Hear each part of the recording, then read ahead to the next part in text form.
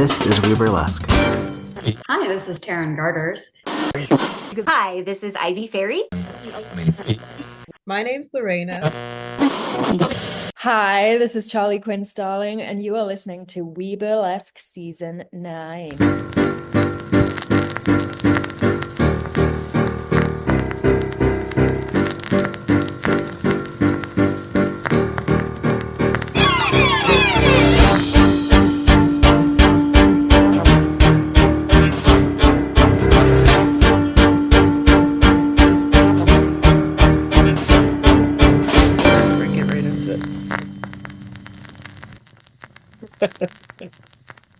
This is We Burlesque, the podcast, and I'm your host, Viktor Devonne. And through the miracle of fiber optics, I get to talk to nightlife individuals in the field of burlesque, drag, and, well, we never know.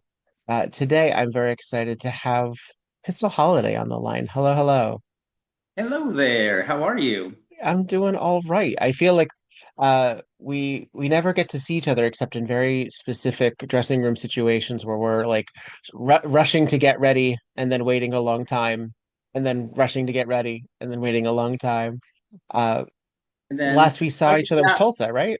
I think the last time we saw each other, yeah, a year ago in Mm, Tulsa. That was a fun goodness. festival. Absolutely, I liked that Yeah. festival. It was a very You're quick one. yeah, they run a good ship. You're in Texas. Have you always been in Texas? Yes, born and raised in Texas. Yeah, through my burlesque career, yes, I've been in Texas the whole time. I've lived in different parts of the country through other parts of my life, but yeah, for the sake of since I've been in the burlesque community, yes, I've always been in Texas. Although we used to say Texas and Las Vegas. I used to keep an apartment in Las Vegas as well. Where does the pre-Texas time come from? Where were you born? I was born in El Paso, Texas. I was born on the Okay. border. So yes, born in Texas. Yes. And Um, then traveled around. Traveled around, lived in different places too. Again, I've been around a long time. I went to college in Texas, or started college in Texas, and my entertainment career, my first professional gig was in Texas at 19, and I moved to New York City when I was 21. What happened to bring you to New York? Just wanted to be in I the middle was of a everything? I was a classical ballet dancer actually. Who I are trained. you? I was I danced and trained in Texas with the Lone Star Ballet through a very fantastic mentor named Neil Hess, and I moved to New York City and trained and got into the David Howard School. And I'm trained under David Howard and was a scholarship also at the Broadway Dance Center. You know, scholarships, then basically you worked the desk and got to take class for free. But Mm. yes, I was a classical ballet dancer for most of my 20s. Yes. Does that mean that you started ballet at like 3 or 4? No, I started at 18. That's very, very late for ballet. Yes, men can tend to do that though. I see. I see. We don't usually dance on point and we partner. And again, like ballet tends to be an art form that we again glorify the female form.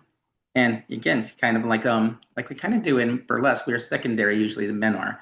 And I come from that kind of training, and it was a very intense training program through Mr. Hess. They were very known to produce especially professional male dancers that started here. And that's actually what brought me to Amarillo, Texas, with my first professional show and training with Mr. Hess. And lots of us, again, there's still a lot of us from that generation and whatnot that still dance and or perform. And then I left, performed, and was in the ballet community and in my 20s, came back, finished my degree, then into the professional theater community in my 30s. But yes, they tend to produce a lot of male ballet dancers here. For a good 20 years, they did that. Did you have any sense that you were going into dance when you were a younger person?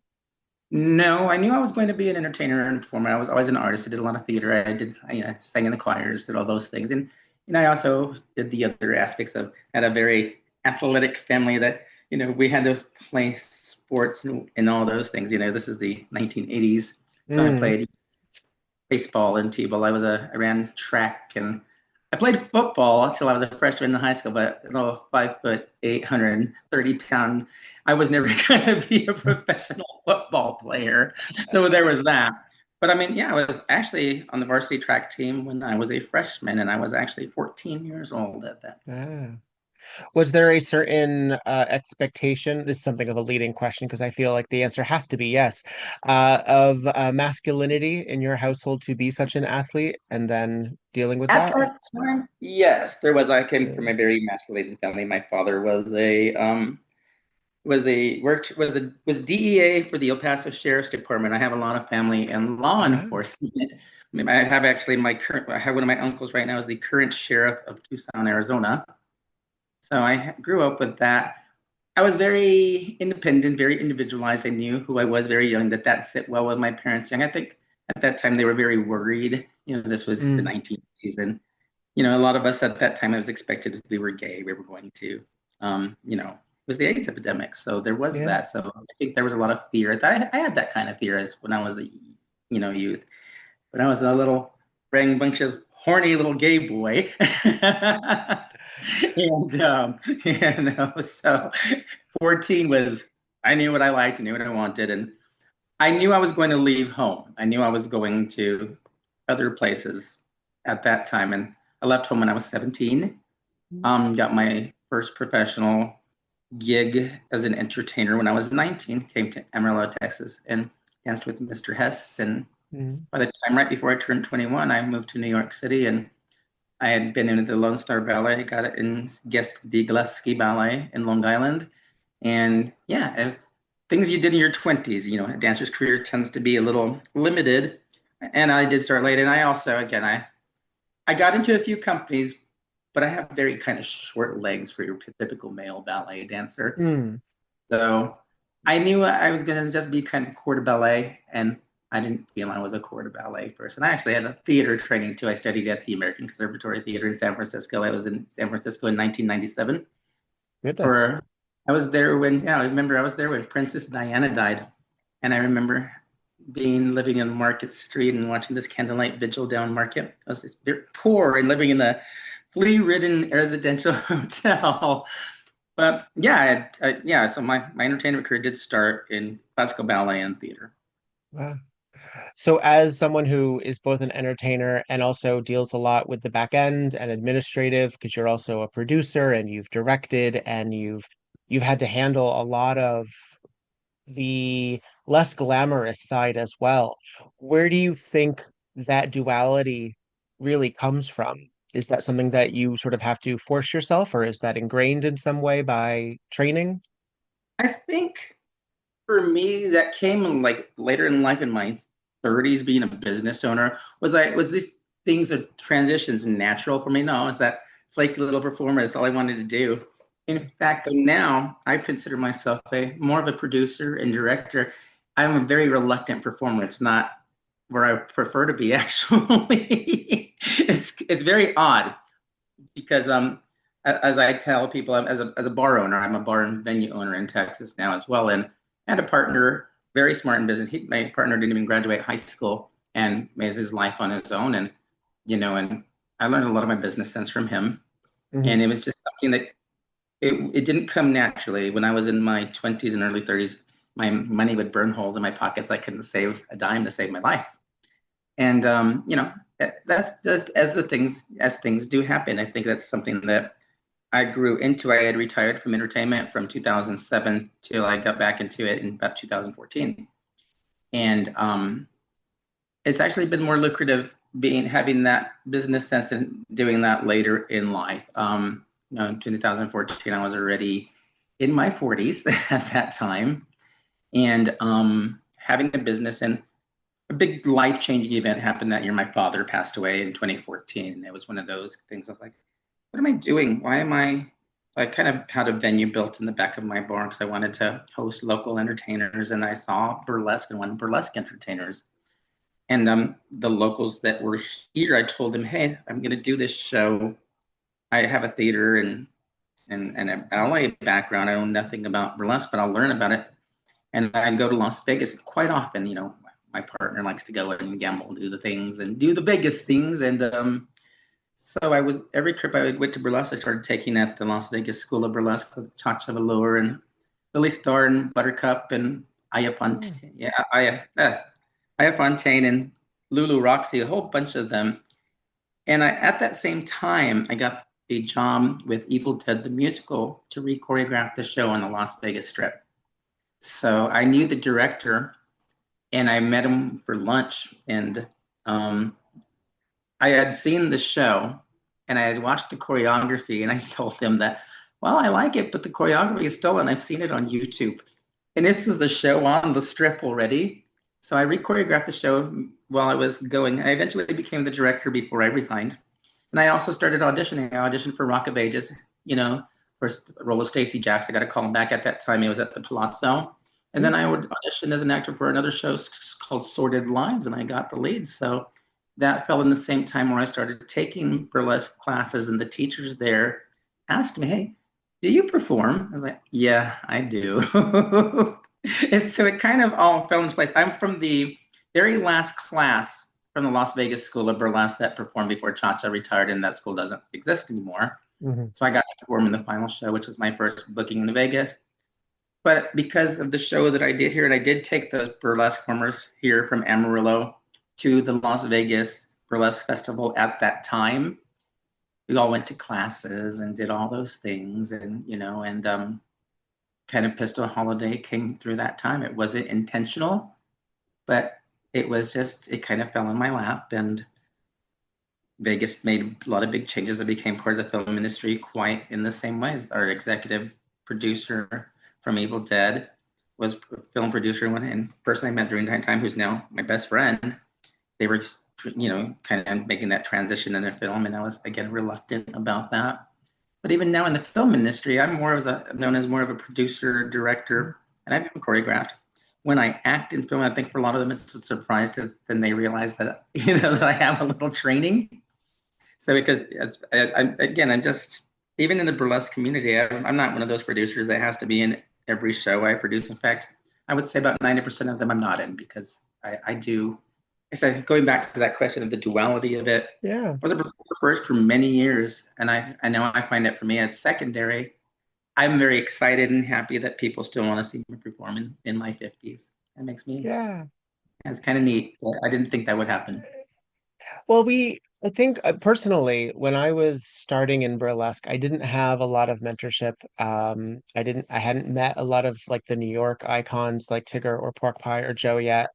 And when I did, because I probably was about 5 to 6 years in the game regionally in Jersey before I really met a lot of these people, I thought there was something of a short shelf life. I figured, okay, maybe I got 10 years. Who knows? I'm saying this at like 26. Like, what was I thinking? If I had any idea. But I think personally, I've always felt like there was never enough time. I always feel like I'm running a little late. And some of that is anxiety inducing, and some of that I've learned is very clearly influenced by the uncertainty of my childhood and the multiple marriages that occurred around me, the the sort of I guess just flux Yeah. constantly. And why would I assume that there was ever any future if I've not been indicated that there's any stability?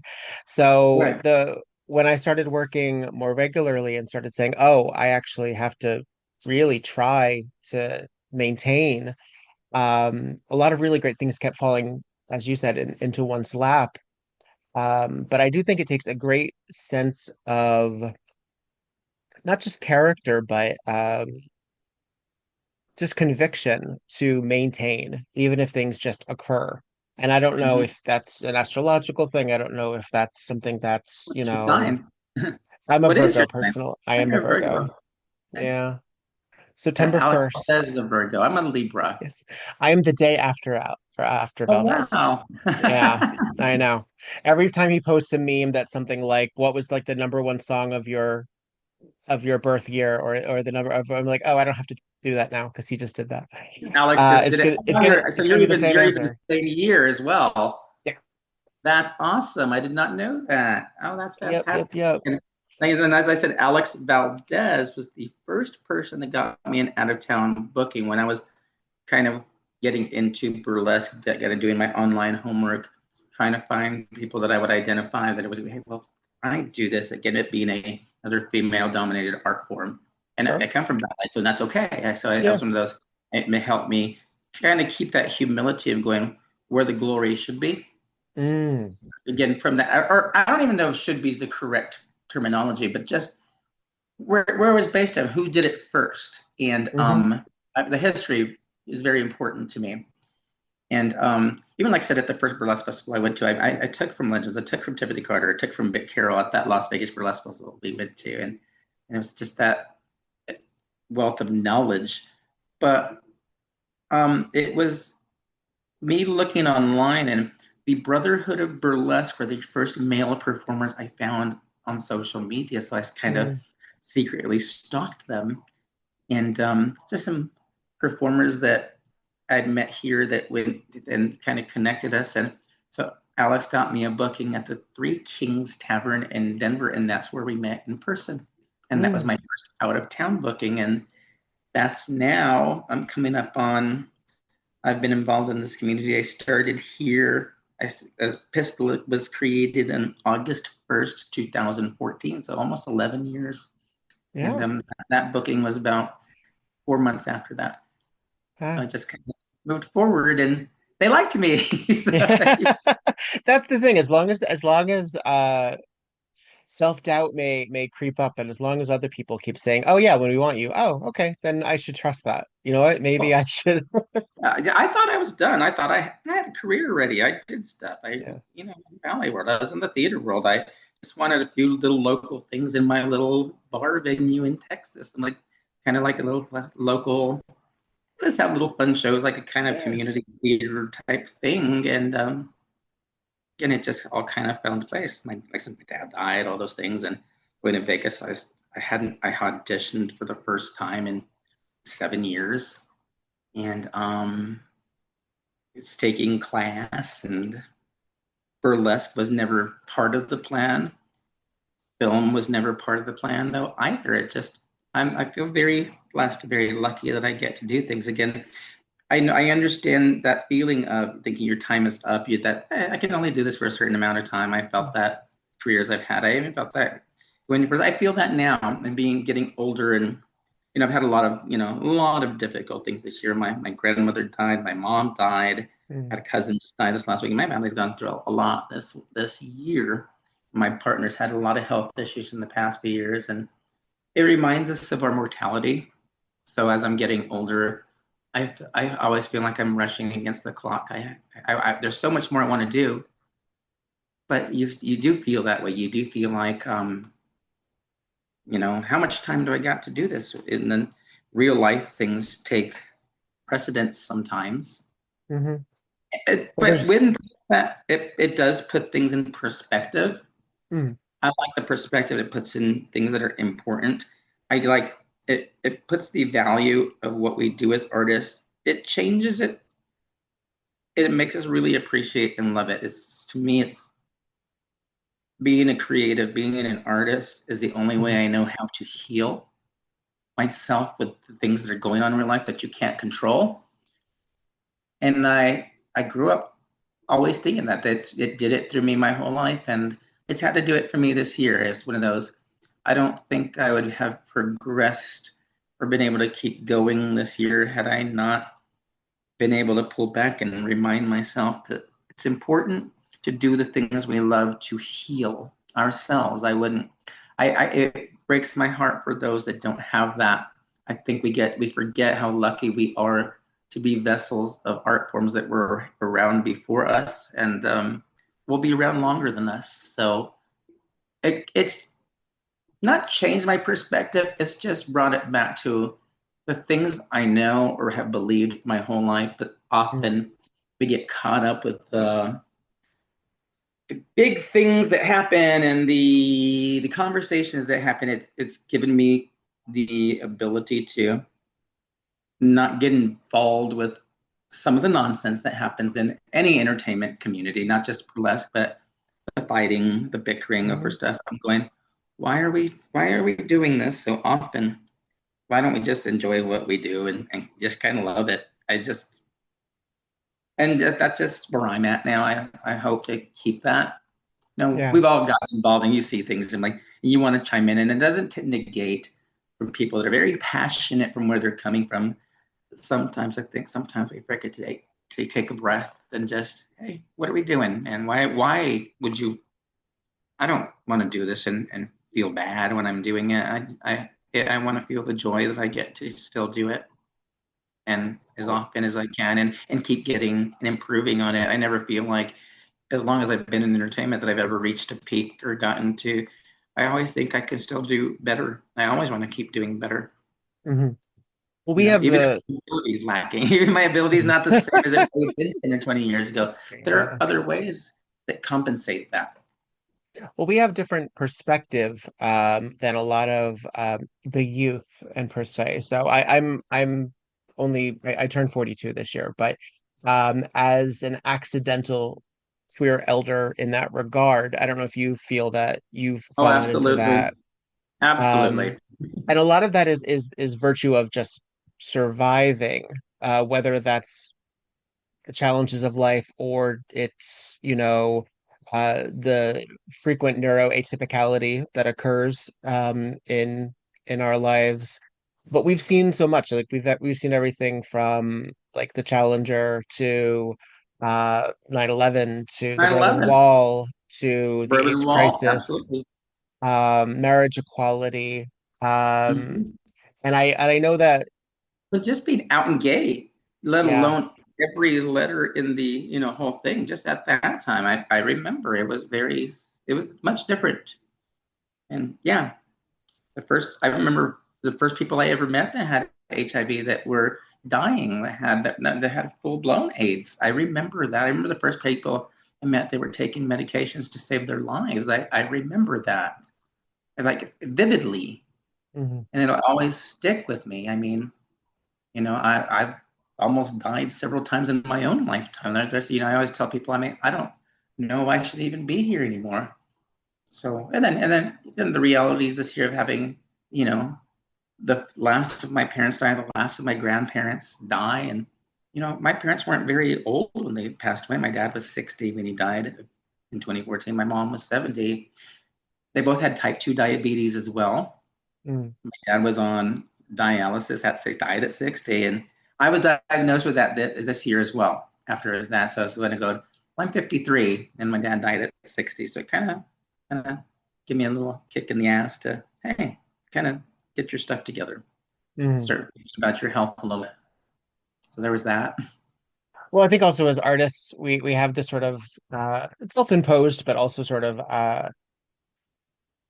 social belief that artists don't take care of themselves, that we're both starving artists and also that we are hedonists or that we will do things and put ourselves at risk or put ourselves in danger because we're entertainers and that's just our vibe almost. Sort of the rock Have star we done life. that? Have some of us done that? I've done that. I Yeah. have been all of those things. I'm not going to lie Yeah. and say, I mean, no, actually, have I been a hedonist? Absolutely. Have I put my life in danger? Many, many times. Have I been starving? Yes, all of those Mm. things. I'm not anymore, I don't think. But I get that again. And I think sometimes that is a thing, that preconception of artists. Again, I think we use those life experiences to develop and evolve to wherever is our destination.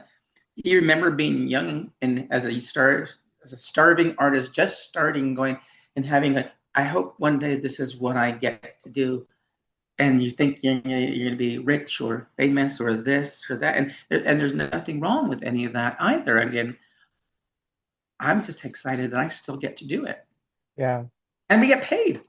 I love Yeah. Well, that. hopefully. Oh, yeah. Yeah. If they're good Well, producers. and you have the ability to also pay others. You give stages Yes. to people, and that I find to be a Absolutely. very gratifying element of production as well, is to see audiences see performers. Absolutely. And that is such a specific thrill as well as a facilitator. As someone who does put on shows, and you're also the producer of one of the BurlyPicks that has been Yes, rebranded, correct? that Which is which correct. variant are you? I am Southwest. Southwest. So what Yes. does that encompass? What's your territory? What Well, counts as I'll- Southwest? I've got a lot of performers. Again, this happens in 2.5 weeks, and I have Yeah. performers all over the state of Texas, and this, just the size of Texas itself can be 4 states. There's that. I Yeah. have people coming from Colorado, Texas, um, New Mexico, Kansas, and the people that are coming, some that are coming from Colorado are a closer drive than some of the people that are coming from Texas, Mm, in the same state. So there's sure. that. But I was the second most applied of the originals. I was very happy about that. I'm really Yeah. excited about the lineup this year, and I think the quality has even improved immensely as a as a producer. Again, I get no say so in who gets in. I love that. That takes some of the pressure off. But I do get to see the videos and everything. So because I look at it as from a producer standpoint, I'm trying to create a show. Right. So to put the order of the character of the category as well for some of the artists that are in more than one category to make sure they have time to change. And but I and musically what it does in the journey, I want to take the audience on. This is going to be an over 3 hour show with an intermission because Yeah. there's 25 numbers to make it entertaining. But and I also have a very small venue. I only seat 50. Okay. So with that many acts, having I don't get to give plus ones to any of my artists because then that would be half my audience, and I have to pay them.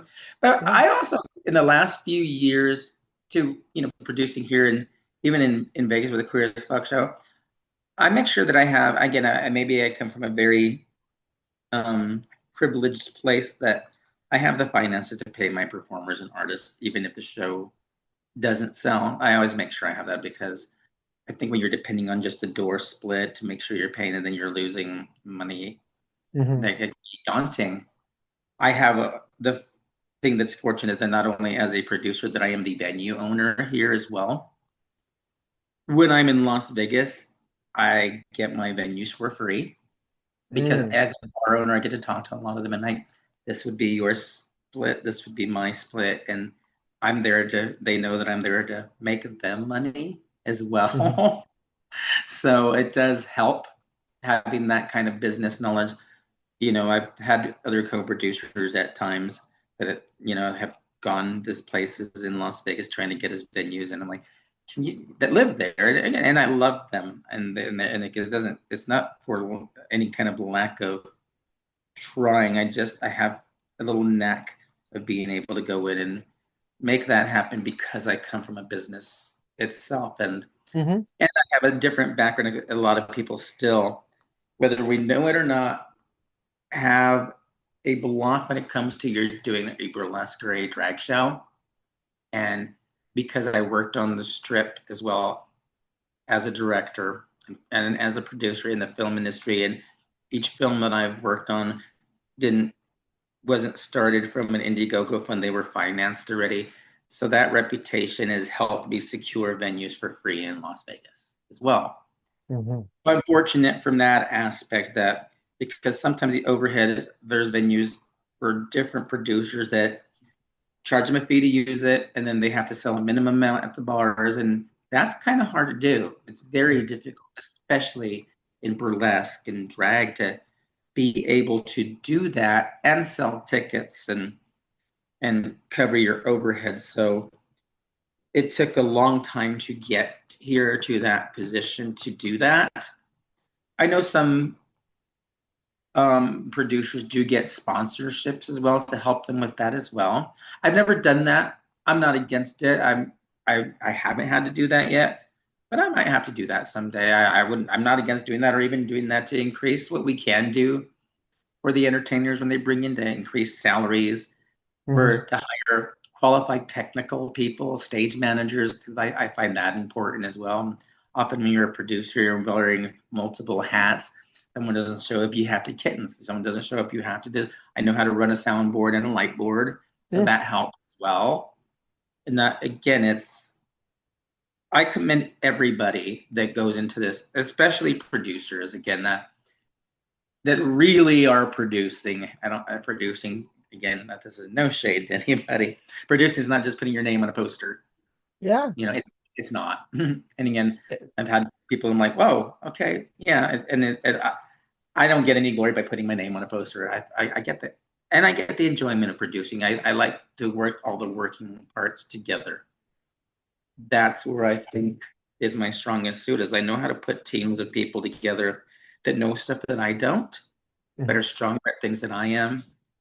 And I think that's why it makes me effective at what I'm doing. And I do that in the film industry as well. I'm the person that hires.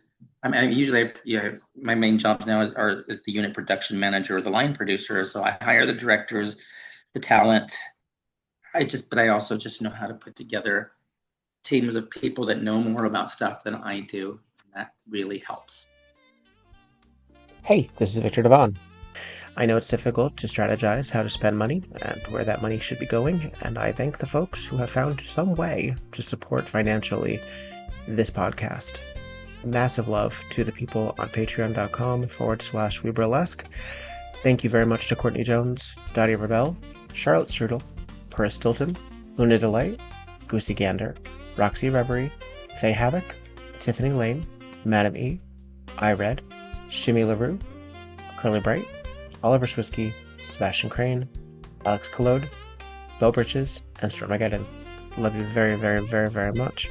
If you would like to support the podcast, you can go to patreon.com/weburlesque, and I promise you those dollar bills go to servers, to advertising, to actual real costs, including WordPress, GoDaddy, and people who need my money. So thank you very, very much for help supporting the podcast, and thank you for amplifying the voices of those upon it. Love you very much.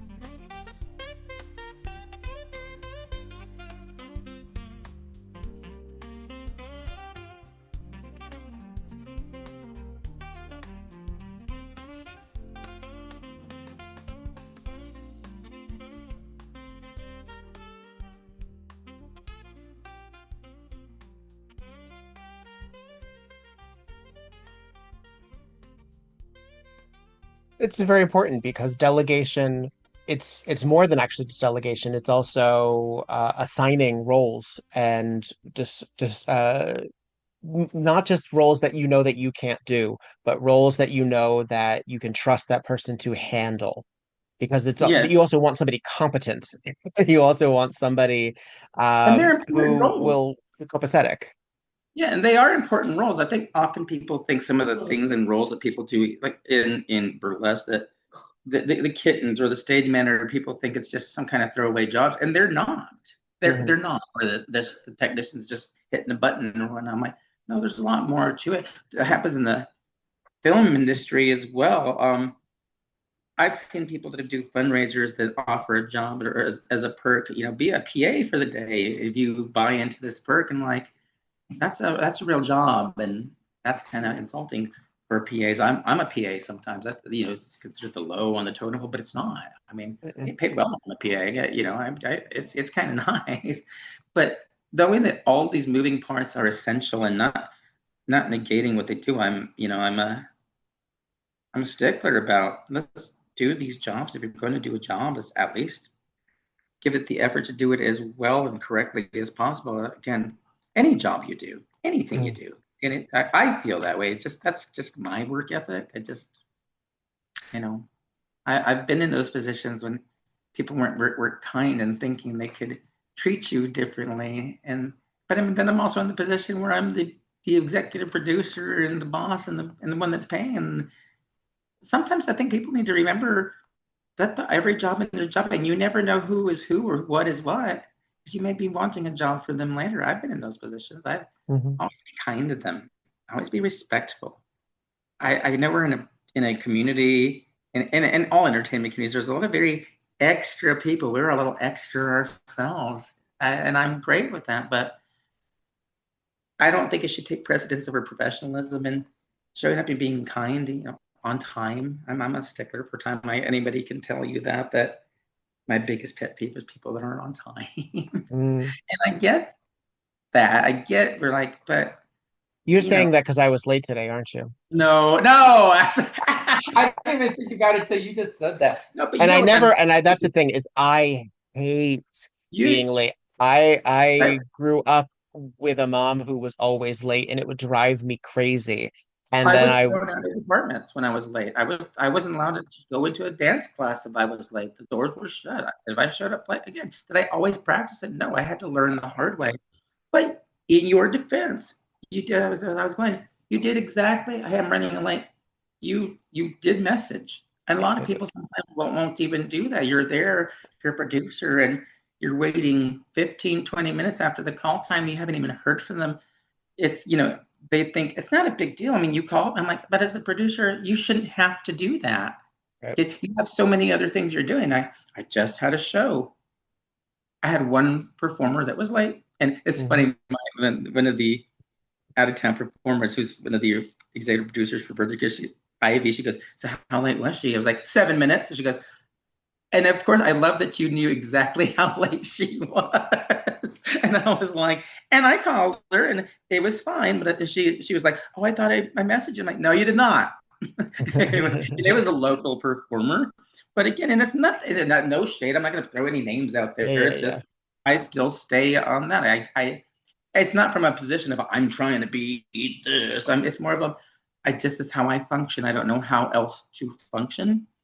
It's Well, so ingrained there's there so many now. moving parts. There's so many moving Yeah. parts. And I personally, when I realized when I started being in charge of my own transportation, I stopped being late.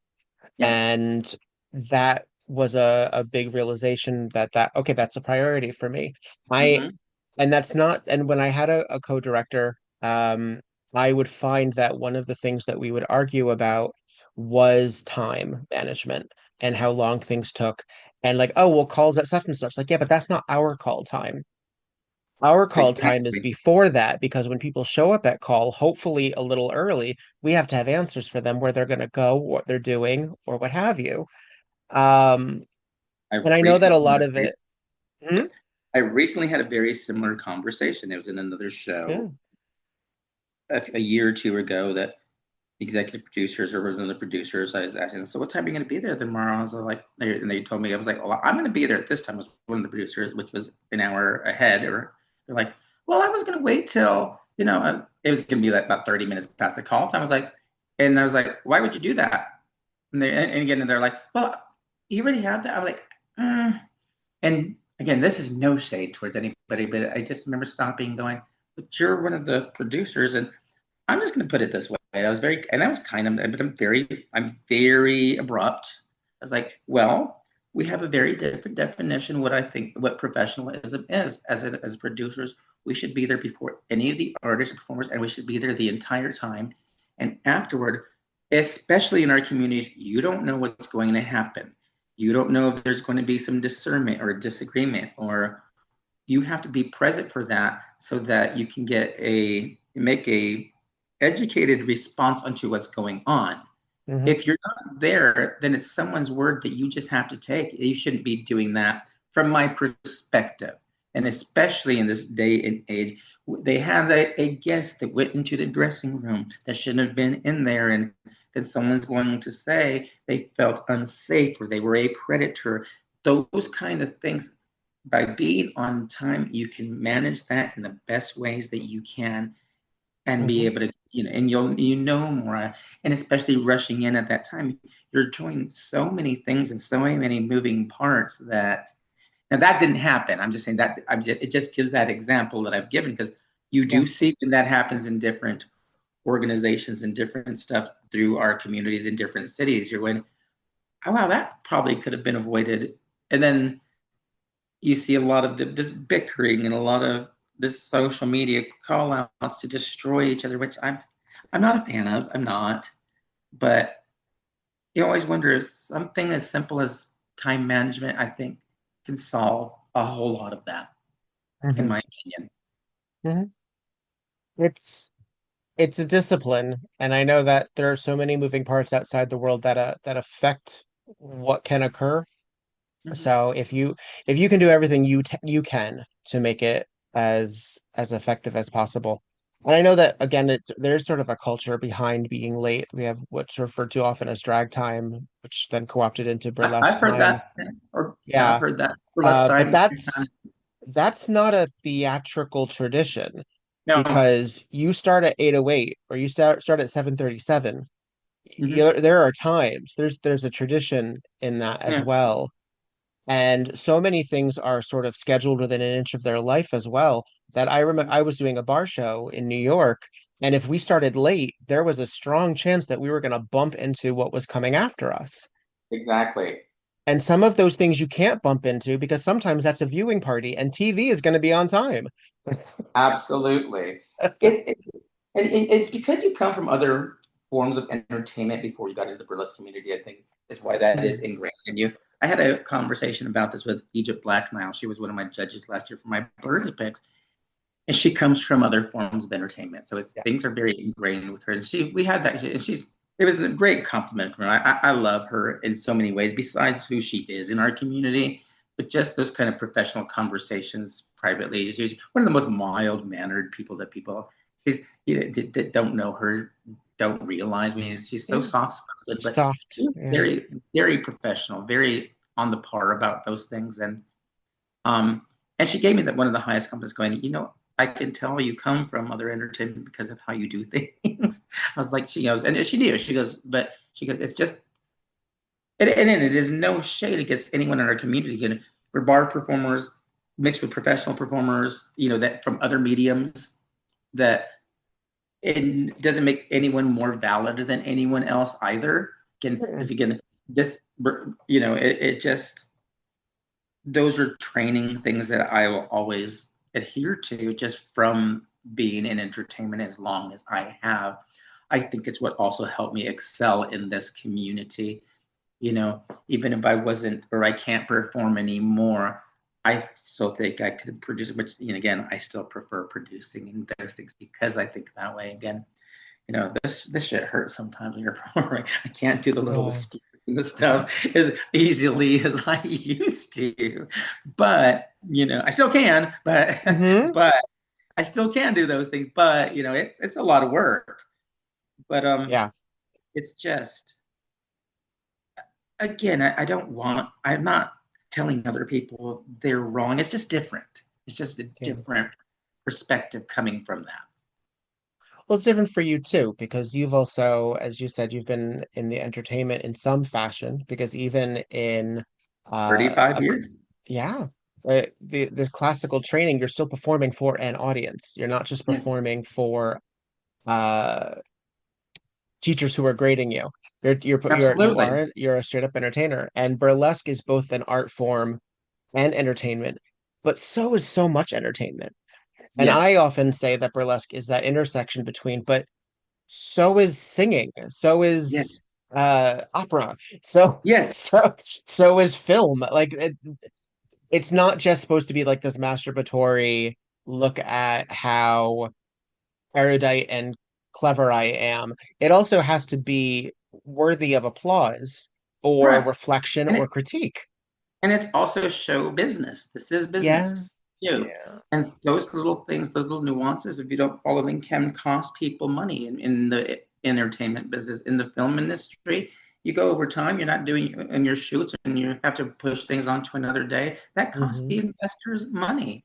Yeah, It costs the bars money if you yeah. bleed into somebody else and they don't get their viewing party because you didn't do your stuff on time. Because one performer couldn't make it on time. And if somebody, you know, I'm not even saying chastises them, but lets them know that that's not okay. You also have the fear of them, like, what's going to be the retaliation if you do say something? Again, I have a reputation. I have people that have done that. I'm not, there's times that, again, when you are leading, you also put that target on your back. You do. Mm. You do. It's not for everybody. And no matter how hard you try, no matter what you do, it's not going to be for everybody. And I tell that to entertainers, performers. I may not be for you. This is how I do things. If that doesn't work for you, then I'm not for you because that stuff I'm not going to change for it because I am involved in the larger pictures from that as the venue owner. That's why I said when I go to places, I can get venues because I myself am a venue owner. So I know Sure. what they're looking for. I know, Right. again, I think I see a lot of posts and artists thinking they're doing these huge favors by having their show at these venues. I'm like, yeah, no, you're not. You're really not. That they're not. The majority of their money is coming from their liquor sales. They can get other entertainers and other entertainment. It's great. Again, that's just the thing. Again, people will go and argue this. And I've run some business. I've run an Etsy. They've had 25 businesses on an Etsy. It's like, yeah, that's not a great flex. I mean, it's not. When you've been and had 25 businesses in the matter of 5 years, I don't think people realize that that's not a really great flex to be putting out there. I've had my bar for 21 years. Same business. That's there's that.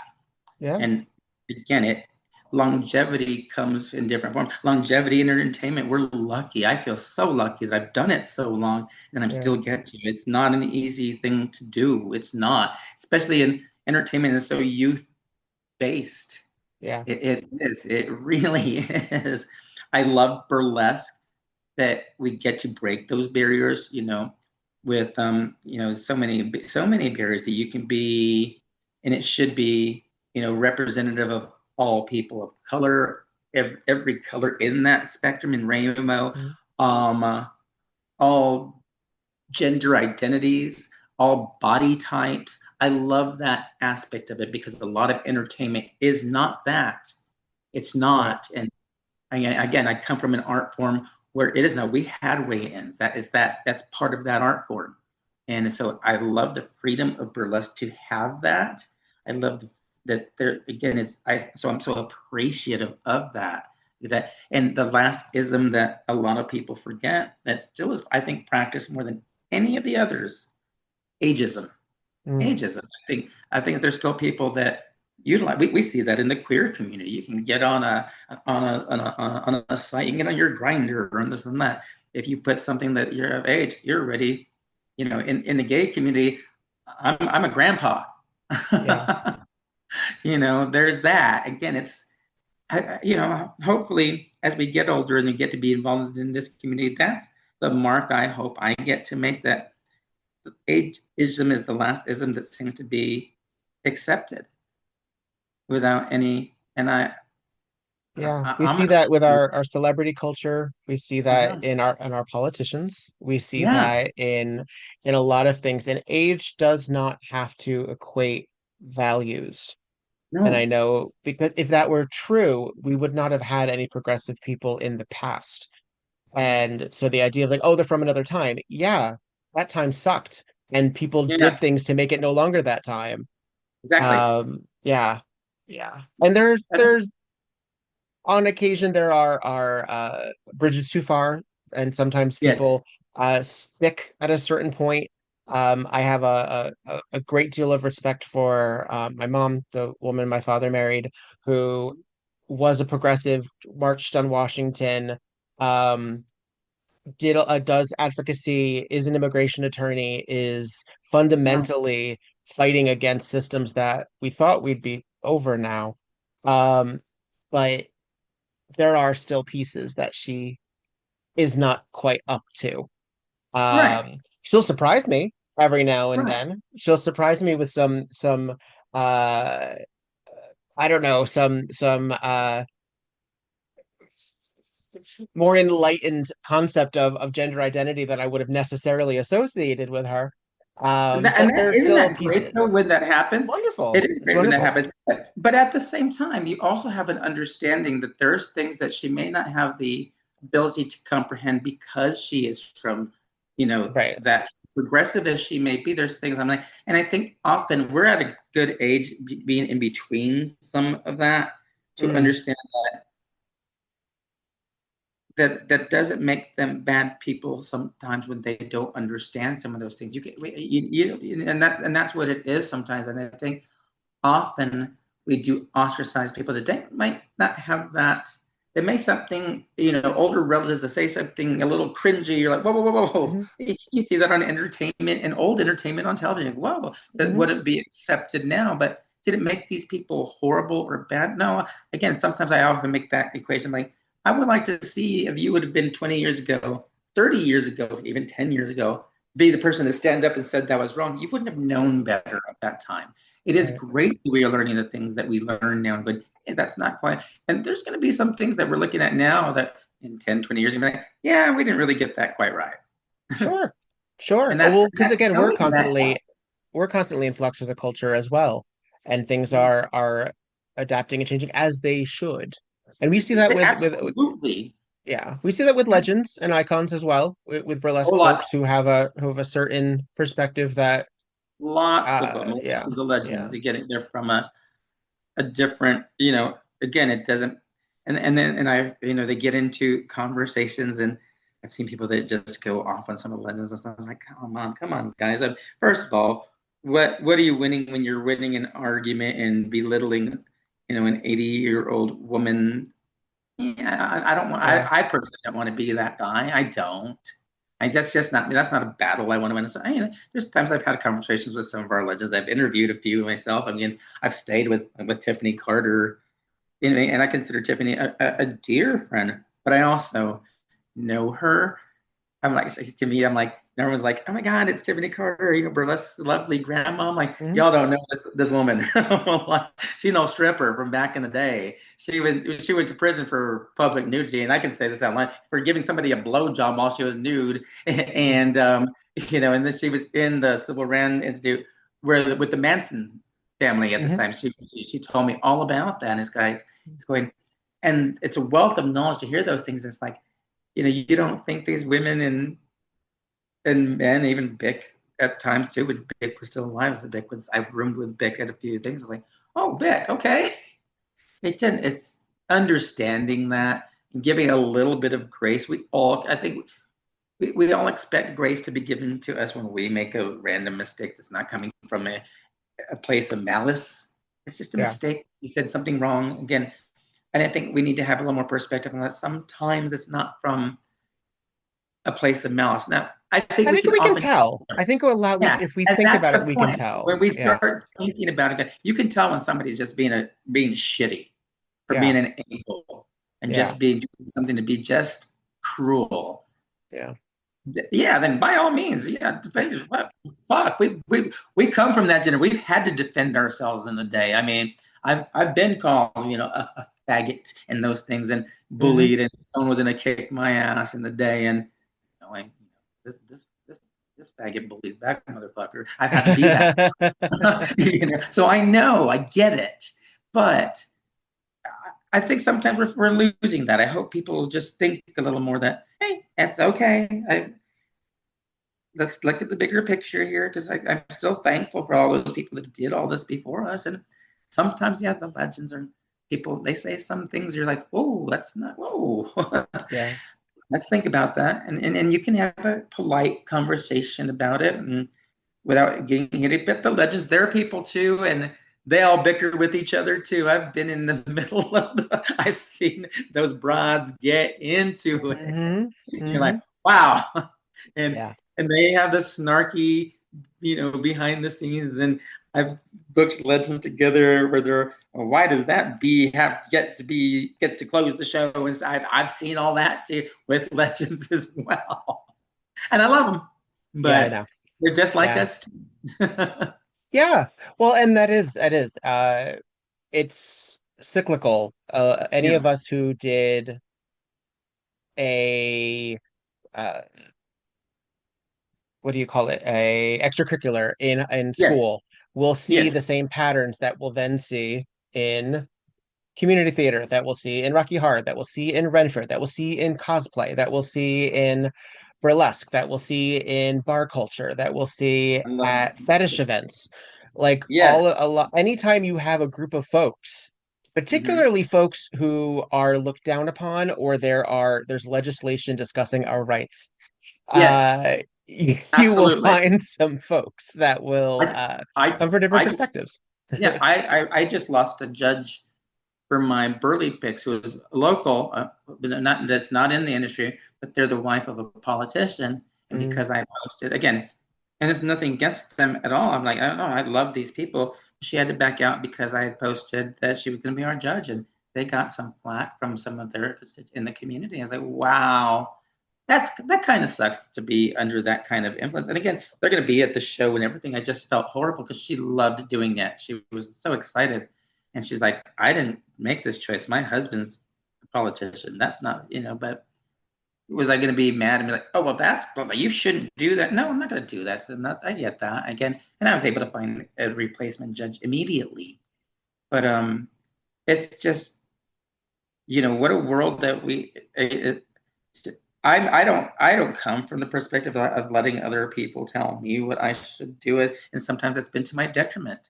Sometimes it has been. Again, I've defended people that have later on have used and turned that against you. Did I think it was wrong to defend them at the times I did? No. At the time, I No, we thought do what we right can thing with the to do. We information that do we what we have. can. Yeah. And sometimes the people that you do it for may appreciate it, but if you're only doing it for the appreciation, then you were doing it for the wrong reasons. Yeah. One of my the thing gets in my crotch. Ooh, it's making my shoulder twitch just thinking about it.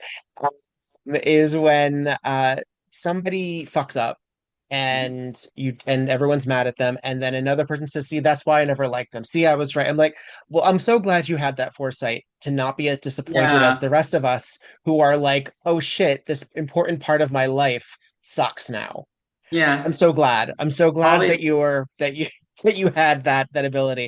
It's you a had this, shame for a lot of us are like, oh, but you damn. never said anything all these years, and now all of a sudden, or it comes from, or the ones that are like, don't get involved. These person, I was involved. Again, everybody's ex is a narcissist. All of a sudden, I'm like, but you're with them for this. Don't work for this producer. They're horrible, horrible. But you worked with them for 15 plus years, Well, and that's how now, I know. but now you don't want to do it. So, Yeah. and now nobody else should, but it's going to like, yeah, I don't know about that. I mean, again, that one, I feel like, why are we going through everybody's breakups? I'm like, that's between you. Again, it's just those things of people always trying to force others to choose sides on Mm. things like that. Again, then they all have this foresight. I always thought that about them, and then why didn't you ever say that at the time? Again, but of course not. Of course you did. Of course you did. It's about as you see that it's about as often as, like I said, everyone's ex is a narcissist and everybody is a witch or an empath. And like it's about as common as I'm like every straight white guy is 164th Cherokee, I guess, Okay, and I'm not gonna even argue it with people. I'm just like, all right, cool. I'm glad you knew. What Yeah. else can you do about it? But I see exactly what you're saying. You're going, everyone Well, has this. we do it even with celebrities or public figures that fail us in some capacity. Yeah. You live long enough, you become the villain. And Yes. there are some folks that are it's just a shame that they've managed to hold on so long because they're starting to fuck Yeah. up Oh yeah. when they There's had such a that. great track record. Damn it. But I'm like, but I think all of us have also been the villain in somebody's story too. Sure. Again, I think getting older, I've gotten to that point of I'm like, if I'm the villain in somebody's story, and I probably am in some people's story. I'm not gonna even say I'm not. I'm sure I am in Mm, somebody's story. I'm also old enough to be like, anything I do is not gonna change that. And if I'm gonna, yeah. yeah, no, if I'm the villain in that story, I'm not gonna. That's I don't know what I can do to change that. And there's even often too, I see people that are demanding apologies and accountability from people all over, and you'll see the people. Then there's going to be a problem with the way they apologized too. I'm Yeah. like, Yeah. what do you want? Yeah. What do That's you true. want? What do you want? Yeah. And if I'm the villain in somebody's story, again, I said I'm old enough to be like, you know what? I've got a lot of stuff to do, and I do the best I can, but I don't think anything I do is going to change your mind. I've got to move forward. And I Yeah. think some people, we accept that. Again, but I also like to see this great success story for somebody that came back from that as well too. But I Mhm. love seeing when people come back from the trenches Redemption's and is it a tradition? beautiful. It's beautiful. It's one of the great archetypes of our of our pantheons as Right. entertainers. Yeah. I just wish Yeah. again for a community that a lot of us and people grew from being bullied often through their lives. I just I just see a lot of people doing the same thing that they said was done to them. And that breaks my heart a little bit. I'm like, I don't ever want to be that. I don't. But we all can try to do the best we can. I don't know the right answers. Sometimes I can just come from my own perspective and my own life that I live. Yeah. Yeah.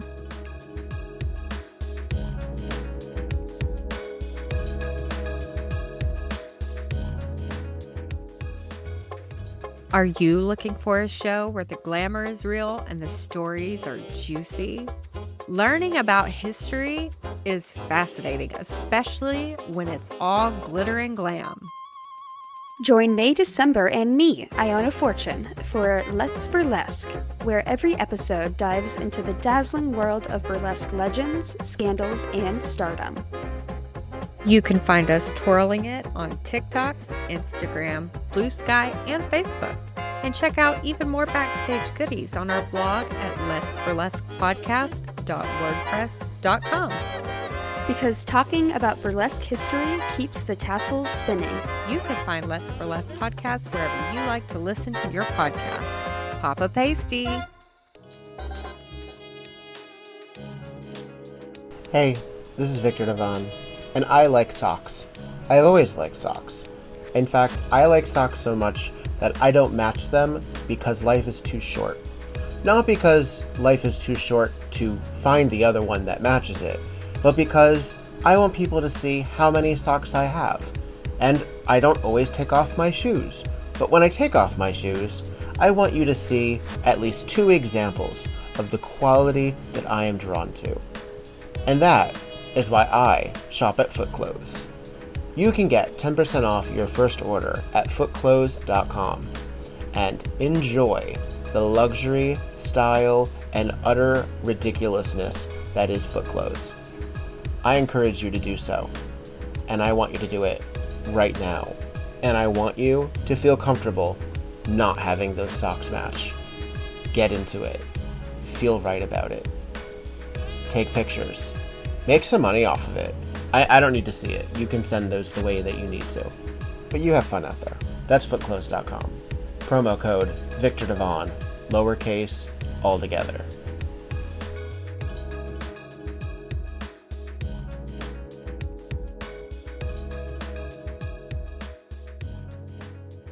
In addition to your bar work and your stage work, you also have been behind a camera.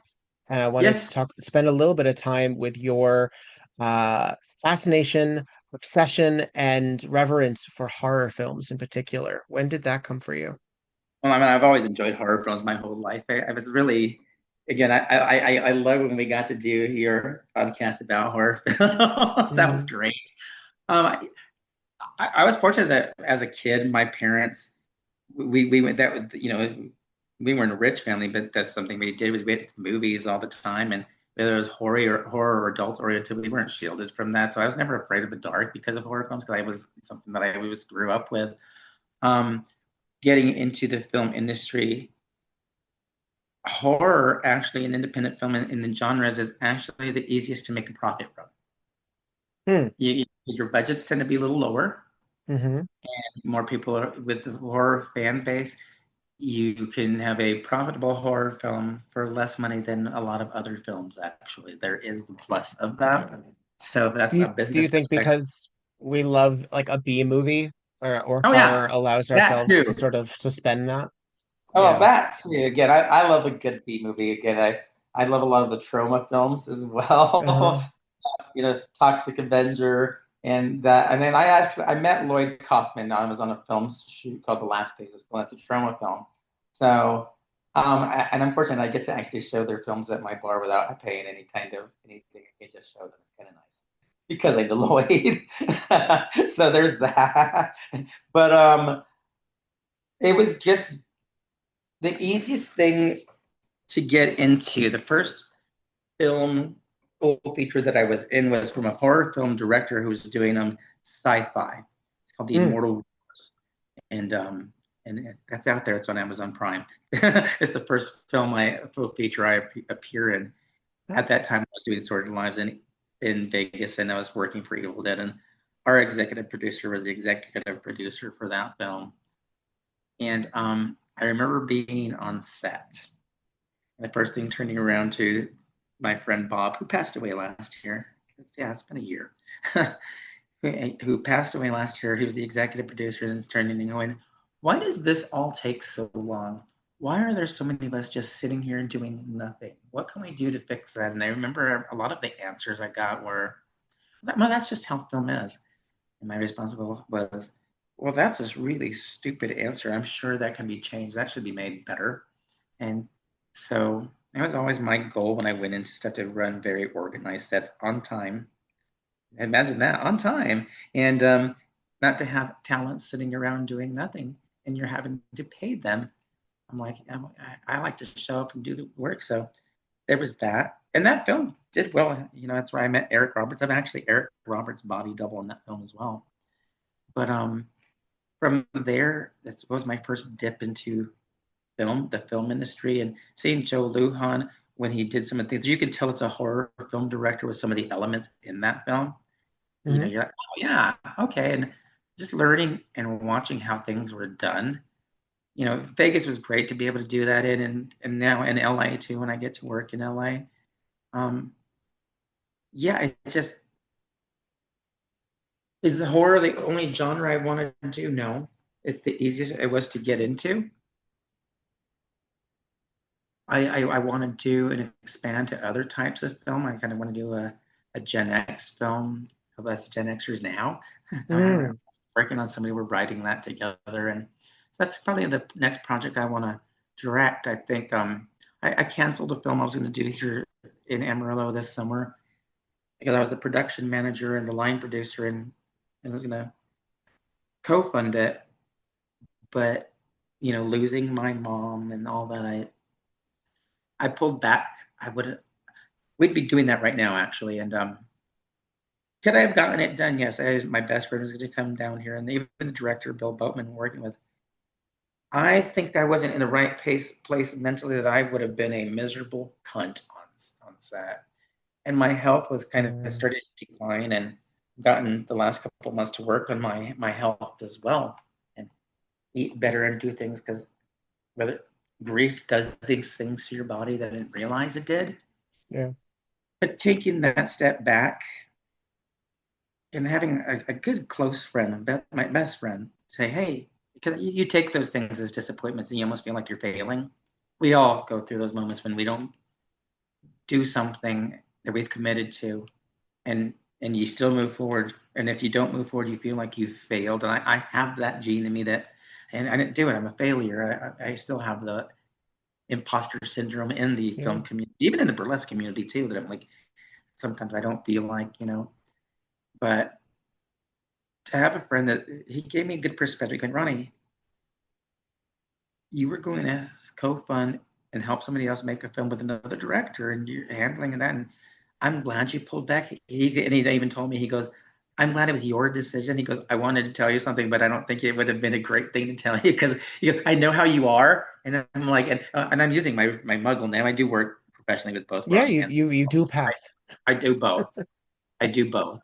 Yeah. And for him to tell me, he goes, but look on the bright side here. You had put this money away to fund this film. So now you know you can. And honestly, you want to just start funding your own films and doing that. And you don't have to work for anybody but you. So it kind of helped me through this too. And I used some of that money just kind of produce these burlesque shows. To hire judges, then bring them from afar for my BurlyPicks. I was like, I'm going to fly my friends in to judge. And because, you know, very qualified judges have Miss Charlemagne, you know, who runs Burly Cares, and Miss Brawling Beauty coming in as one of my judges, Rafael Delgado, and my best friend Ben he's going to come be my production stage manager for just this BurlyPicks. And it was kind of my selfish thing, going, I just wanted people to surround myself with people that made me feel good. Yeah. And I knew how to do things I needed to get done. I was able to do that because I had put finances away for the film. And now I know I can do that. So I can direct a film next year. It'll probably be a horror film. I don't know, it'll be here in Texas, or I'll take it to Vegas or LA. All right. But to take that break. If you ever need a clowny boy extra or somebody with lines, you know where to find I do me. know friends. I have friends that do the clown motel films out in that clown that's between Vegas and LA. I have friends that I can, you know, we can talk about that, because I actually know a few directors that direct out there. there's yeah, it was good to step back and have Yeah. and friends to support that and know that it make everybody happy. No, but I needed that. I needed to, it would have been worse if I would have went forward. I know myself and my own temperament if I have that much to do, and I would have gotten it done. I know I wouldn't have been the most pleasant person to be around, and my health probably wouldn't have declined even further than it was. Yeah. Again, I've lost 23 pounds in the last 2 months from, because being diagnosed with diabetes. So cutting sugars and salts, who knew that would happen so quickly? It's never been came off this quickly before. I didn't know they could. I was like, Never on purpose. Yeah. never on purpose. Never when you want it to. Never when you're like. But now it's like, you know, just taking things to slow down a little bit. So I did slow down. Even in the burlesque community, I slowed down. I mean, I've literally only performed 1, 2, 3 times this year, and I'm actually about to go and headline a show in Kansas City. And I'm actually, after 11 years in business, I'm going to teach my first class. What's the subject matter? My class is called "More Than Your Friends Should Be Applauding," and it's kind of just a workshop. From everything from walking to knowing how to properly improv on stage to create full and polished looking numbers without that your detractors, even if somebody doesn't like that, again, can be up there applauding for you. It should just be more than your friends telling you you're good and giving just little tricks of the trade on how to do that, and just managing and navigating through the entertainment industry. That's what it is. But just basic things on knowing how to walk is immediately when you get on stage. Just things that presence. And it's from beginning to advance. I think often with a lot of dancey burlesque performers tend to over choreograph. I've been guilty of that too, going, oh, it's a different art form. And I got to learn a lot of this working with different people, like with Egypt and taking class with Egypt, with Lily von Strupp, who has a wealth of knowledge. Lily is fantastic. Lily is who I'm go for coaching. I'm actually getting ready to, I haven't choreographed a new number for myself or prepared a new number in 2 years, because the last one that I did, she coached me through, got me more than 2 years of work. I'm actually consulting with Lily now on my next number that I want to work on, and something that I want to work on for about 6 months to a year, just this one number. And it's just taking that time going to build that kind of quality and finding other eyes and other people to do that with. It's nice to go back with coaches like that, to go through your own repertoire of stuff and having the knowledge to be able to go back and fix them. I used to over choreograph all my numbers. I'm a dancer. Of course I did. I felt like I had everything. And it was like, that's not really even burlesque. You're just dancing. And where's the sex in it? Where's the importance of the strip and the peel and the character building? And I things that you should know, that sometimes you just need a good coach. And Lily's the best. I'm gonna do a shout out to Lily. Anybody that needs any great coaching, I highly recommend going to Lily von Strupp. She's the best. Yeah, I love her. I think she's great. She speaks very highly of you too, by the way. She's a wonderful person. I really like her a lot. She really speaks very highly of you. And as we were talking about the Tulsa Burlesque Festival with you and Hanky Panky, and she's like, when I told her about that festival, she goes, well, of course, you're with really awesome people. I love those people. So you all do know that she speaks. She speaks very highly of you as well. Very frequently, these are people that care a lot, and then so the people and I care a lot. I care sometimes to my own detriment, and sometimes it's a cliche, but cliches are cliches for a reason. Pouring from an empty cup can't get you very far. So you have to take care of yourself. You have to make sure that you're doing things that allow you to then help others. And very frequently we spend so much time making sure that everybody else's cups are full that we're not looking at ourselves. And that's actually not a sign of a good host. That's actually not a sign of a good server. And because eventually you'll have no picture to pour. And it's sometimes it's hard to realize when you're doing that. And again, it's taking the slow down. We know those things sometimes, but it's hard to Yeah. admit when we're doing that. Again, I've used that similar analogies to friends of mine. My friend Ben, who works at LA. He's one of the Norman Bates actually at Universal right now. Oh. But he's very helpful. He's one of those. I'm going to help. I want to do this, and he's very genuine about it. But I've also told him, hey, think about you're building a house with bricks, and you start giving away every single brick without keeping and building on it. Pretty soon you're just down to the foundation. You have nothing else to give away, and you're of no help to anybody else. So it's very similar with that analogy. Yeah. Again, he's the one who helped me during this time, and we've done that again. That's what your good friends do. Those are the real friends. You're honest with each other. There's that. There is that. So yeah, I consider Lily a friend as well. Yeah. Just She's conversation. She was, yes, it was. Yeah, it's essential. I think sometimes trying to find that in our communities and finding those people that are really there to see you prosper, to see you do well. I've gotten a mentor of field performers, and it's one of those things. I'm like, I love seeing them excel, even if they excel and do more than I ever do. I'm great with that. Things that makes me feel like I'm a good coach. Do you have burlesque children? I don't know if I have burlesque children. I have people that I've mentored and are my proteges and people that I've worked with. The one I work with a lot that I've coached since 2019 is Bella Fire. Oh, yeah. She'll be on the pod next week.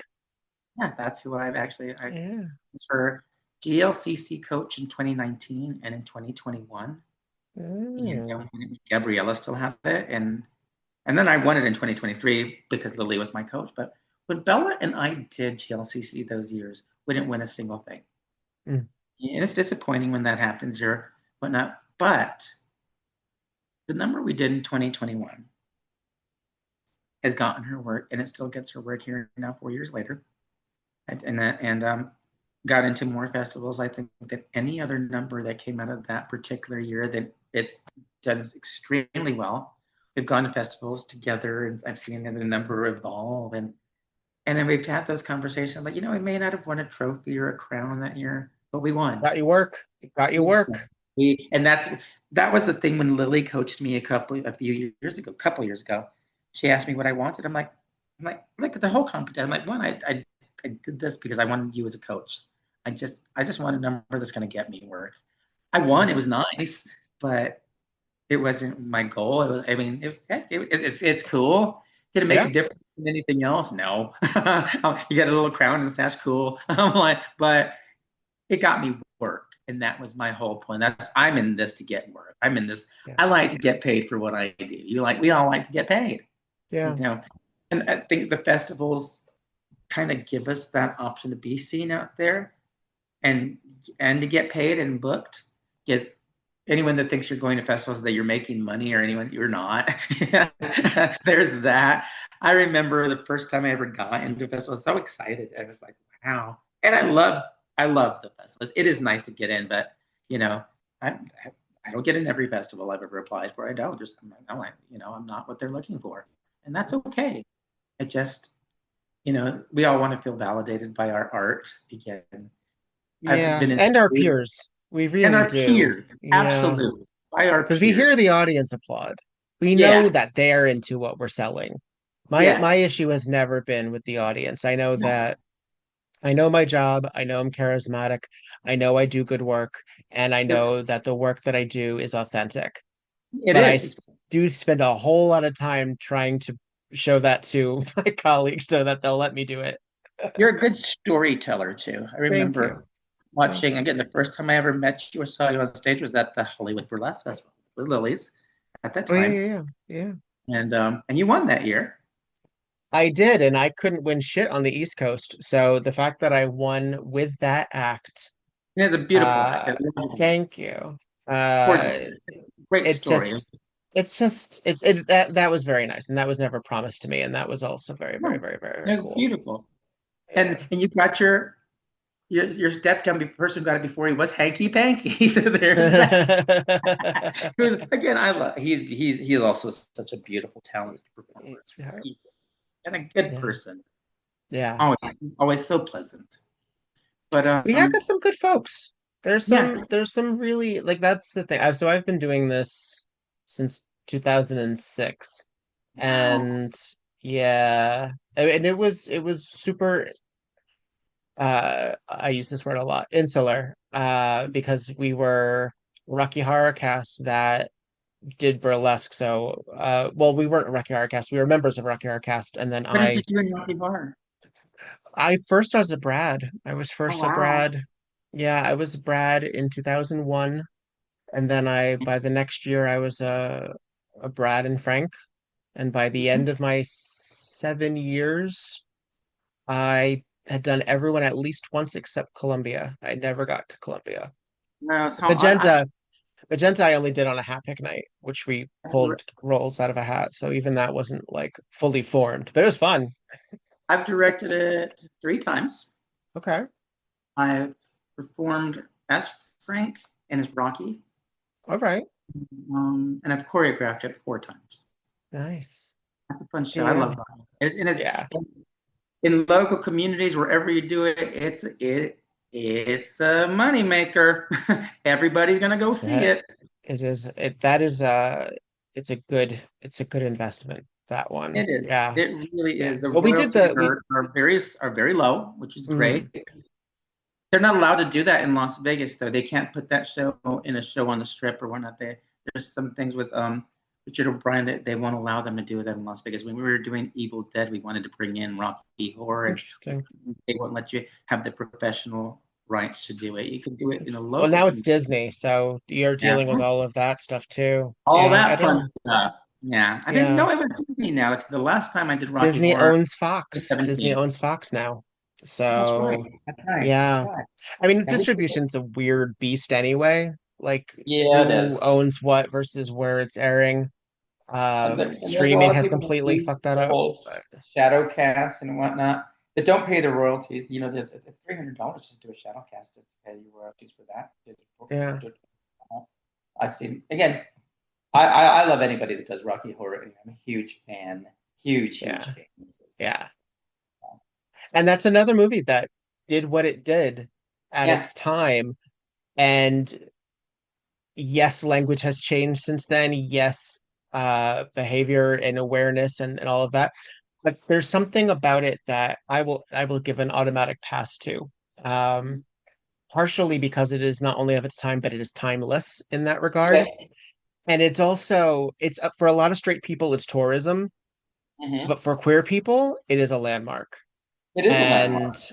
I I understand that there is language we don't want outsiders to use, and there's even things that with depending on Even the heckler lines sometimes too. oh my good oh Oh my absolutely goodness gracious.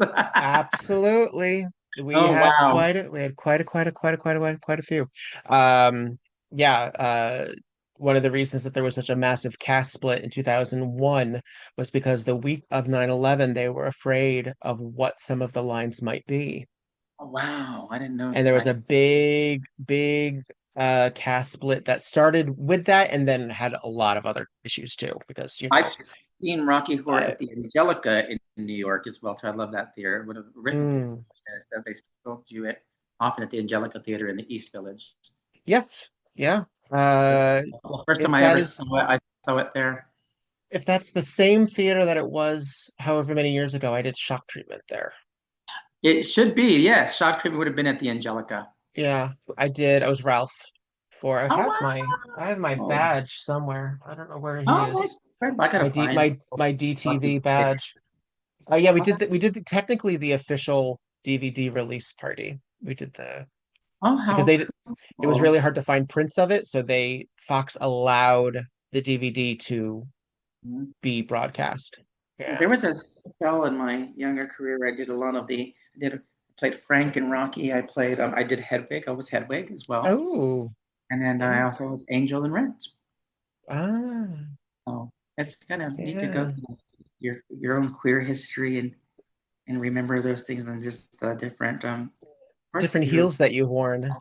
And it's neat to see now, a lot of these roles being played by transgender individuals, which wasn't a normal thing then, or a common thing as often as well. And it's, it was, it's kind of, especially in Rent, because Rent is almost, it gets, in the lines itself are very dated. And I saw a recent version locally here where a transgendered individual played Angel, and they were flawless. And they adjusted some of the lines, at the time. Because, there's the, I like boys like me, that, now wouldn't be appropriate. And Depending on the casting. figuring Yeah. out how the casting is and the identity of how someone plays Angel is a big question at the time. Is Angel a drag queen or was Angel transgendered? And it can adjust to however what you want now. At that time when it was written or created, we didn't have the vocabulary. You didn't have the distinction necessarily either. I Or mean, you even the watch something distinction. like Paris is Burning, the line is fuzzy as hell. Absolutely. But And also using words like transsexual as opposed to yes, transgender, like the commonality of what explaining it for others.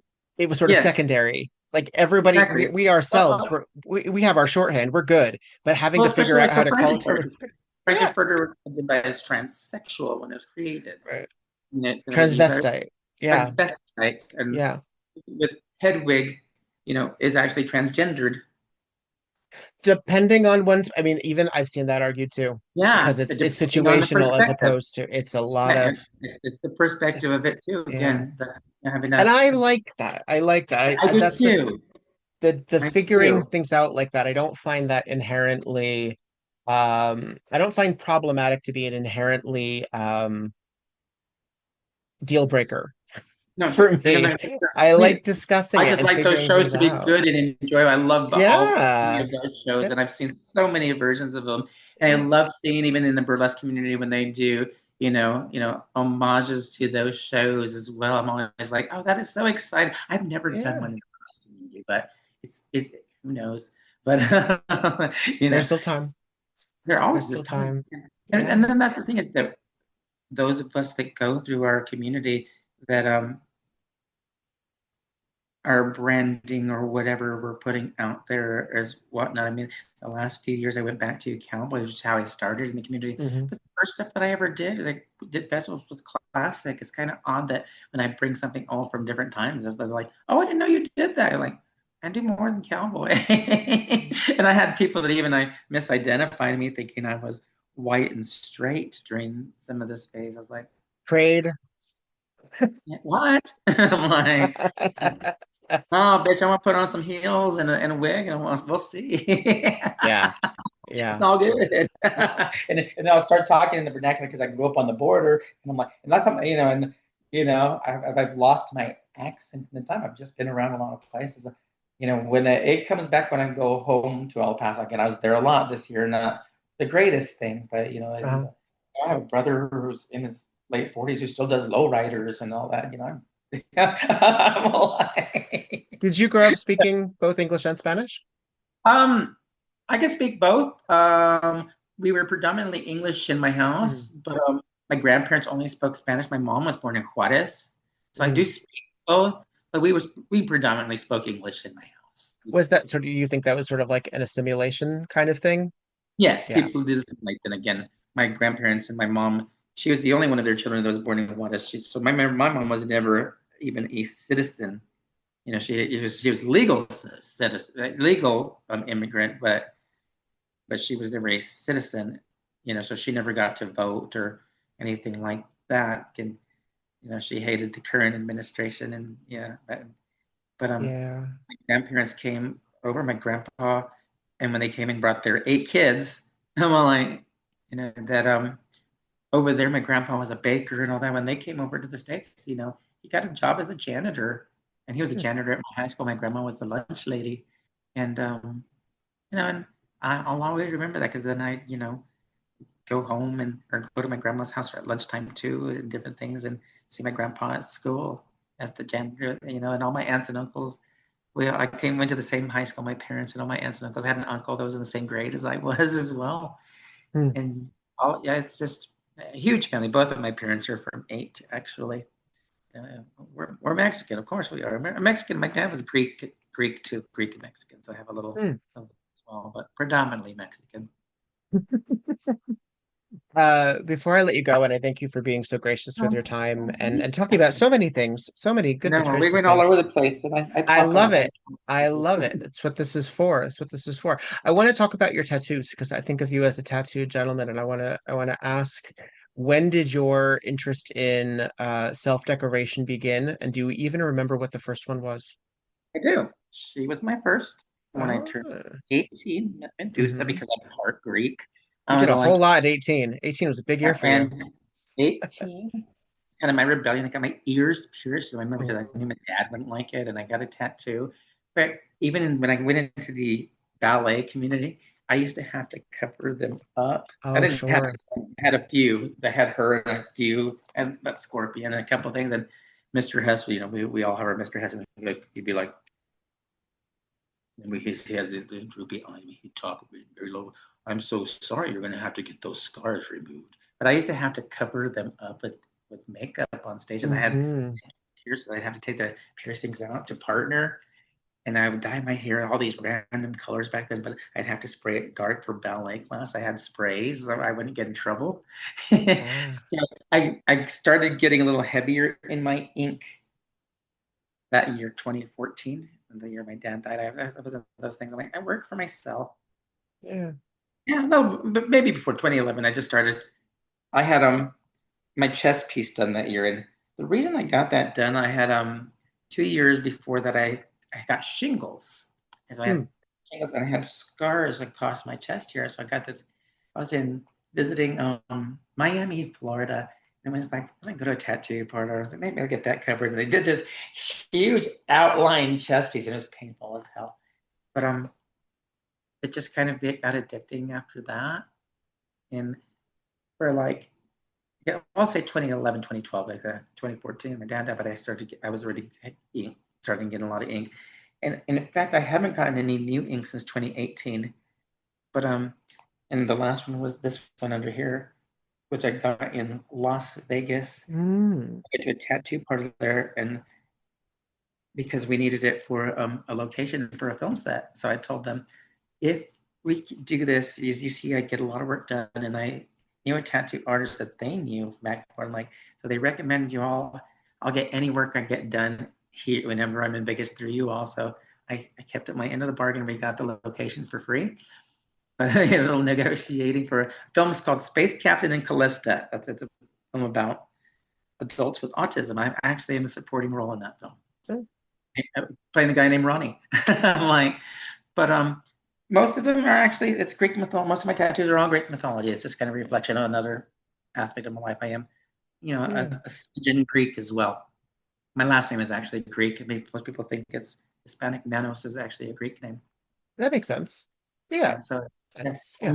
like I said, it's that little mix. So I think I get some of my coloring from my Greek heritage, I think. But again, it's a little mix of it all and all, bit of it all. And you But still get folks still think you're white. they still think again. And it says on any of my bios, even in my IMDb for the film, Yes. Latin This is Latin American. American. I grew up on the border, so I'm like the hardest part of being diagnosed as diabetic was, damn it. I'm like, but now they have those low carb tortillas too, for the flour. Oh. I mean, corn is fine. Corn tortillas are great. I love them again. And I'm not a corn tortilla fan. I like a flour well, I use them when I'm tortilla. making real tacos, because I make my own shells. Mm. Mexican and you, I gotta make my own. Of course you They do. got the low carb tortillas that are flour and that taste just as good. Sure. So there's a plus with that because I don't have bread in my house. I'm Mexican. I have tortillas.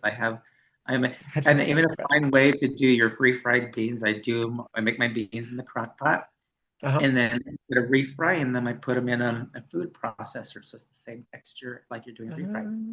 So it's healthier. again, it's finding ways to get the things that I love to eat while trying to maintain this whole thing with it. But beans are good for you, but you're refrying and doing all things. I'm the old You Mexican that you like, do things to the beans to make them quite not so good for you. right. Well, you put like I can always tell when I go to a real Mexican food restaurant with real Mexicans, to be honest, because Mm. I'm like, because they use manteca, they use the animal lard. Uh, And it tastes fabulous. It's the best. I miss that. Oh, they use manteca. All right. uh, But they serve some milanesa here. That's my thing. I'm like, damn it. oh no. Damn it to hell. No Well, wonder why my family had diabetes. That's why. oof. 'Cause we ate a lot of Mexican food, and we do it the old-fashioned way. And I'm having to find ways to not do it that way. Yeah. Well, I wish you nothing but great health in the coming months and years. Me I've loved too. working with you, Like, both we need to work remotely. together more. We need to do like Yes. a non-festival show together. Yeah, I'll come to Amarillo. Or Amarillo I or Vegas. I want you in my or queers Vegas. fucking Vegas. I'll come by. We That's would not a love big. to have you I'll in be our right there. queers fucking Vegas. Absolutely. Yeah. All right. Well, then we'll make that happen. That's next March. So just so you Let's know. do it. All right. I will include in the footnotes ways that people can keep in touch with what you've got going on. Where should Sure. people find out the most about you? Through my Do you social have media, through my Facebook, use my Muggle name, and then in parentheses it has my, my stage name. So it's Ronnie Lloyd Nanos. It's Pistol Holiday. Pistol has their own page. On IMDb, are you a Ronald or a Ronaldo? I am actually a Ronnie. Ah, My dad was a Ronald, and I'm considered a junior. It's on my birth certificate. okay. But when I was born, my mom deliberately did that so I would have my own name. My mom was a feisty lady. She was, oof. She I was, so she see. could do things like that. So mine, I'm Nice. actually naturally born as a Ronnie. That's all right. But my And an dad was IE, an folks, IE. not But a I'm actually a junior. It's on my birth certificate, but my dad's name is Ronald. Oh, Um, and then on Instagram, same thing. It's Ronnie Lloyd Nanos, one thing, and on IMDb as well. It's Ronnie yeah. Nanos. There you So are. Where does the Lloyd come from? Is that also a family name? that was my dad's middle name, Lloyd. Oh, Ronald oh, of course, Lloyd. because you're a junior, so it'd have to be the same. I'm a four in my real life, so I have the same name as my father, obviously. And I have two middle names like my dad did too, because he did, because with Catholics and all that. And Latin I America. needed to have a saint's name. My actual birth certificate name is Ronnie Lloyd Anthony Nanos Jr. So I have Anthony to have a saint's name as a middle name because Yes, Catholics do that. yes. Did you got confirmed? Yes. So And I had to baptize, had to have that because Lloyd's not yeah, a name, a Catholic name. and ever And since then, Catholic you've anymore, but I was when that's the things they do. you know what they say, once a Catholic, always a Catholic. And Right. I only visited. I went to Catholic school, but as a I was raised United Church of Christ, but with Right. very Unitarian leanings because my father's a pastor. Right. And did not get confirmed though. I chose not to at I went to 13. I went to catechism and all that, but I didn't do my communion and all that. And again, as an adult, I'm agnostic or atheist, but I'm also accepting for people that choose religion. I'm more from the aspect of like I have religious friends, and I come from the perspective I don't attack them. If I don't expect to be attacked for my beliefs, I won't attack them for theirs. I think we're all As trying to long get. as they use them for good. That's the Exactly. thing. If I'm not, That's where I fall. hey, if this is what helps you do right by Yeah. human beings, Right. then so be it. And that who am I to make the judgment on that? Right. It took me a Right. bit to get there too. Again, I used to be very militant atheist and the things you do when you're young. Yeah. Now I'm like, all right, I you're think cool. as you get older, you get more like, I don't even fucking know. Why would I guess? Like what, Exactly. That's me too. I'm what would I sure if possibly? that works for you and it makes you find, hey, then that's awesome. Again, maybe Yeah. I have a perspective where I'm like, maybe we all believe or don't believe it's the same thing, we just call it something different. It's very Maybe. similar. I mean, there's a reason there's so much overlap. Yeah. There's a reason So, that there's so many parallels. yeah. Well, Well, be well, darling. Thank you for You. chatting with me. I look forward to sharing a stage or a backstage with you soon. But We will do it. I promise. mm, mwah. Be Lots of love well. to you. Take care of yourself, sweetheart. You too. Bye-bye.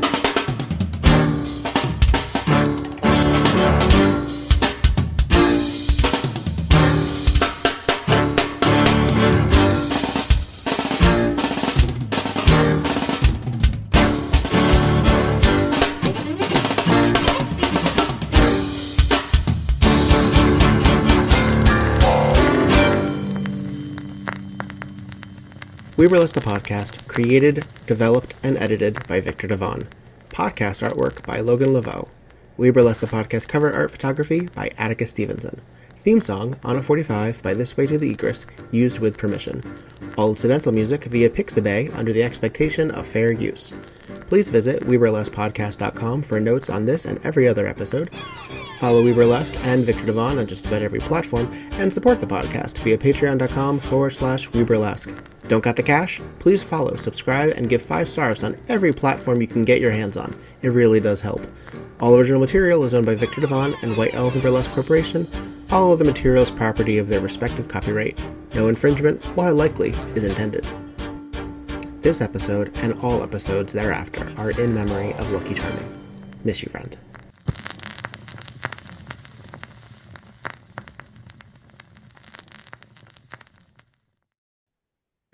And that's it.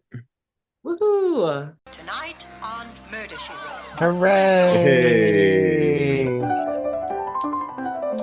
Yeah. It's kind of Piper Laurie and Brenda Vaccaro at A Love Child. Thank goodness. I want to know her. Nails. Yeah, where's her series? That's what He's I want. fabulous. The son is Joaquin Phoenix. I know, isn't that nuts? And he is an ugly little kid. I'm sorry. We're just like, hey, remember when this guy was in this obscure Broadway show in 1976? Right? Look at him in those tight pants. Yum. Well, because there's not But a we lot do really get- going on. It's Yeah. supposed I mean, unless you're listening to the dialogue, which frankly, audience at home, you can do without us. We're just Yeah, do learning your own about work, some of these damn it. backstory. But Right. Boswell put her up to it. Yeah. And then Trish had to be killed because she realized that Boswell didn't have her interests at heart because Teddy was the inheritor. Yeah. Playing her like a fiddle. Oswell knew it, and Trish just gulped it down like one of those martinis. And then tossed it onto the in-law. And then lost her head. Poor Trish. Trish loses her head. This is Viktor Devonne. And this is Petra Fried. And this is Tonight on Murder, She Wrote.